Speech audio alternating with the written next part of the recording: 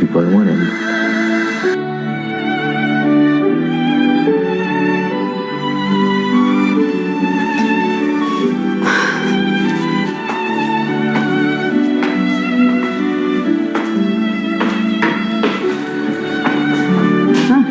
ናታኒ ሞይ እንዴት አመሸ?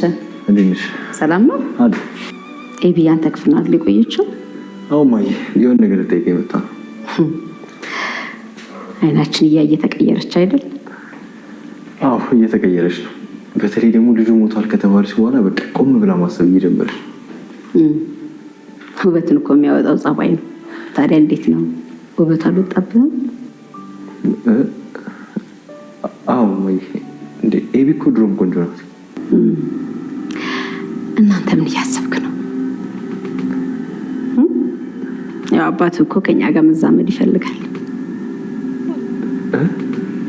ከምሬ ነው ናታን።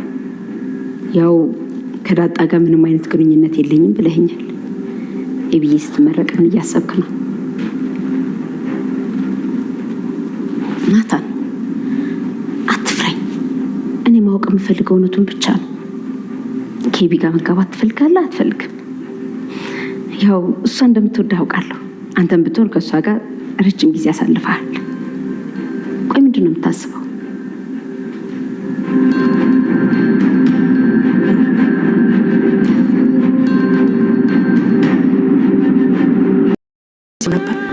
ሰው ይቀየራል።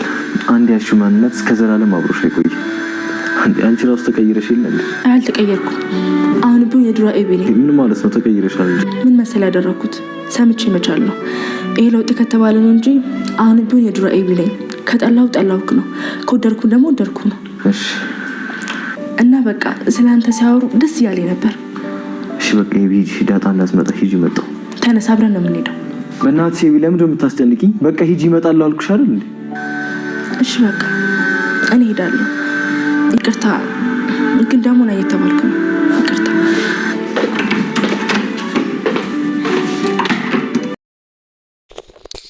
አቤት የዚህ ቤት ጉድ ማለቂያ የለው። ኧረ ተይ ተይ ተይ ትዬ ማርታ ተይ፣ እንደዚህ ጥሩ አይደለም። አይ ነው የሴት እናት ነሽ፣ ልጅሽ ጥሩ ቦታ ላይ እንድትደርስልሽ ትፈልጊያለሽ ምናምን ነገር። ግን ደግሞ እንዲህ አንዳንድም ኮራ ቀብረር ማለት ጥሩ ነው ማለት አይ ነው ልጅሽ እንዳትጎዳብሽ ምናምን አስበሽ ነው። እና ደግሞ ታውቂያለሽ ዳጣ ትልቅ ግንኙነት እንዳለው ታውቂያለሽ። እሱ ስላለሽ ብቻ አይደለም። ለምን እንደዚህ ታስገድጀዋለሽ? ማለት እንደዚህ ማለት የለብሽም። ምክንያቱም ፈርስት ኦፍ ኦል መጠየቅ ያለበት ወንድ ነው። ሲቀጥል ደግሞ ሴት እንደዚህ የሴት እናት ሆነች ልጄን አግባልኝ ተብሎ ሰው አይጠየቅም። አባት ከኛ ጋር መዛመድ ይፈልጋልና ልጄን አግባልኝ አይባልም። ራሳቸው ከተፈቀቀዱ እኮ ራሱ ለሁሉም ጊዜ ያለው አይደለ? ለምን ታጣድፊዋለሽ? ሲጀመር ናታን አሁን አስገድደሽው በፍርሃት ምናምን እሺ ብሎ አንቺን ፈርቶ እሺ ቢልሽ ራሱ ልጆቹ ምን አይነት ህይወት እንደሚኖሩ ታውቂያለሽ። ልቦናሽ ያውቀዋል ናታን ኤቢን እንደማይፈልጋት ገና ስለተቀየረች ብሎ ስለተቀየረችም ቢሆን ጊዜ ያስፈልገዋል። ማለት ኢቭን ዳጣ ባትኖር ዳጣን ባያፈቅራት ከዳጣ ጋር ያላቸውን ግንኙነት ታውቂያለሽም ባይኖር ራሱ እሱ ጊዜ መስጠት ይኖርብሻል፣ ማጣደፍ አይኖርብሽም። ምክንያቱም አሁን ለምሳሌ አንቺና ደረጃ የገነባችሁት ቤት እንዴት አይነት እንደሆነ ታውቂያለሽ። እንደዛ ብሎ ተገንብቶ ራሱ አሁንም እየተኖረ ያለው ላይፍ ሰው ሆኖ ይሳሳታል እና በስተት ራሱ የተሰራውን ያው አንቺ አታቂም እንጂ እያየሽ ነው። ሶ እኛ ከናታን ራስ ለወረድ በይና አብጌል የራሷን ህይወት ትፈልግ፣ እኛ አንፈልግም። ዳጣን መርጧል እሱ። አንተ ደግሞ መፍዘዝ የለብም። ምን አስፈራህ እንዴ? እኔ በቃ አብጌል እንደ እህቴ ነው ማያት። እሷ እንደዛ ትላለች እንጂ አይመጣልኝም ሁሉ ፍቅሩ በል እንዴ።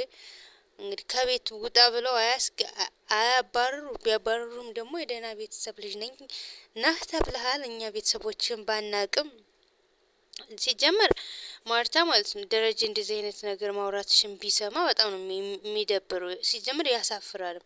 ከሴት ልጅነት አንደበት እንደዚህ አይነት ነገር አይወጣም።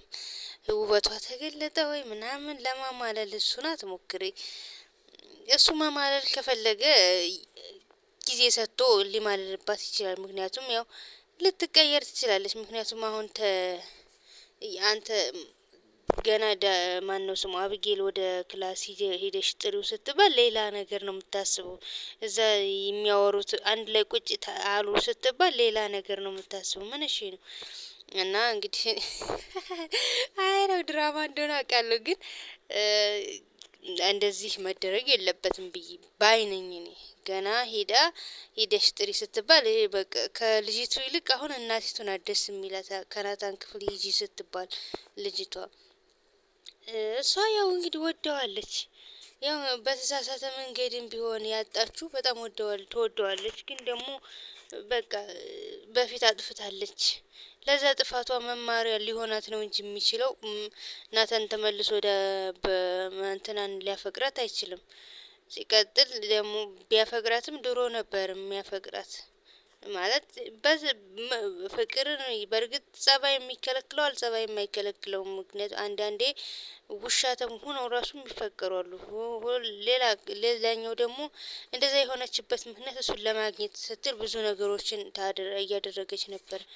የዛኔ ራሱ ናታን ፍቅር ቢኖርበት በፍቅር ተጠግቶ እሺ ምናምን ብሎ እንደሚወዳት ምናምን ቢይዛት ራሱ እስከዚህ ድረስ ጊዜ ራሷ ላትፈጅ ትችላለች። እሱ ያላትን ማለት እሱ ያላትን ታደርግ ነበር የዛኔ ብታገኘው። ናታን ፊት ስላልሰጣት ነው አሁን ቀይራት ምከራት ምናምን ሲባል ፊት ስላልሰጣት እንግዲህ ለዛ ሁሉ ድርጊት ደርሳ አባቷ እንግዲህ ወደ ራሷ ላይፍ መልሷታል። ስለዚህ አሁን ተመልሳለች። እሷም የራሷን ህይወት ትመራለች፣ እሱም የራሱን ህይወት ይመራል እንጂ ግድ ተጋቡ ተብሎ አንድ ቤት የሚኖሩ ማለት አይገደድም። አንድ ላይ ነው ያደጋችሁት፣ ተላምዳችኋል። እሷ እንደምትወድህ አውቃለሁኝ ምናምን ብለሽ አታስገድጁ። እና እሷም በጣም እየጨነቃት ነው፣ መናገር አትፈልግም። አሁን ግን አብራ እንድትሄድ ትፈልጋለች። ወዶ ማጣት በጣም ከባድ ነገር ነው። ግን ደግሞ ያው አንቺ ድሮ አጠፋሽ አብዬ፣ ለአንቺ ነሽ ያጠፋሽው። እሱን ለመርሳት ሊከብድሽ ይችላል። አሁን በጣም ከባድ ነው። ይችላልም ሳይሆን በጣም ከባድ ነው። በዛ ላይ ደግሞ እህትሽ ታፈቅረዋለች። የተሳሳተ አመለካከት፣ የተሳሳተ በቃ ነው ነገሮችን ሚክስ እንዲሆኑ ያረግሻቸው አንቺ ነሽ። ስጀመር ደግሞ አብጌል እህቷ እንደሆነች ብታቅ ኑሮ ዳጣም ወደ ፍቅር ባልገባች ነበር። ናታንም የአብጌል እህት እንደሆነች ቢያቅ ኑሮ ዳጣ እየወደደችው ናታን ባላፈቅራት ኑሮ ዳጣን ማለት ነው። ምስቅልቅል ያለው እንግዲህ ያው ከስር ከመሰረቱ ነው፣ ከደረጀ ስህተት የተነሳ ምናምን ነው። እንግዲህ ናታን ምንም የሚመልስላት ይመስላችኋል? እኔ ግን ፈርቶ እሺ እንዳይለት ነው የፈራሁት። አያያዙን ሳይው እንደዛ ነው። ታምራለች ወይ ሲባል አዎ ታምራለች አለ። እሺ ማማርማ ምን ይባላል? መቼስ ታስጠላለች አይባል። አሁን ደግሞ ሼመኛ ነው ናታንና ሼሚዞት እሺ እንዳይላት ሴትዮቱም ታስፈራለች። ከባድ ነው። ከባድ ነው። እና ደግሞ ደረጀ ማለት ነው። ደረጀ ምን አስበ ነው አንተ ከሌለ ፊልሙ እንደማይደምቅ ታውቃለህ። ስለዚህ አቧራ የሌለበት ፊልም እኛ ማናየ ምን አስበህ ነው? ልጅን ለመጨረሻ ጊዜ ልቀፈው ምናምን እያልክ የምታሽሟጥጠው ማለት ነው። መሞትም የለብም እንግዲህ ማርታም ምንም አትሆንም። እንግዲህ ሰው ሆኖ የማይሳሳት የለም። አንድ ሰት ተሳስተሃል፣ ሁለተኛውንም እንግዲህ በአንተ ጥፋት ሳይሆን በእሷ ጥፋት ነው የተሳሳትከው። ስለዚህ ልጆችህን አሳድግ። ወንድ ልጅ ወልደሃል፣ ብትሳሳትም ጥሩ ነው። እንግዲህ ምንም ማድረግ አንችል። አብጌል ደግሞ አታልቅሽ። እንግዲህ የራስሽን ህይወት ንምሪ። ያንም ወይ አፍቃሪሽን አግቢ። ሴት ልጅ የሚወዳትን ነው ማግባት ያለባት። ወይ አፍቃሪሽን አግቢ ወይ እንግዲህ አፍቃሪሽን ደግሞ እንግዲህ ማለት ናታን አንቺን እንደማይወድሽ አንቺ ማን ነው እንትናን እንደማትወጂው አርጁንን እንደማትወጂው። አርጁን ግን ተስፋ አይቆርጥም።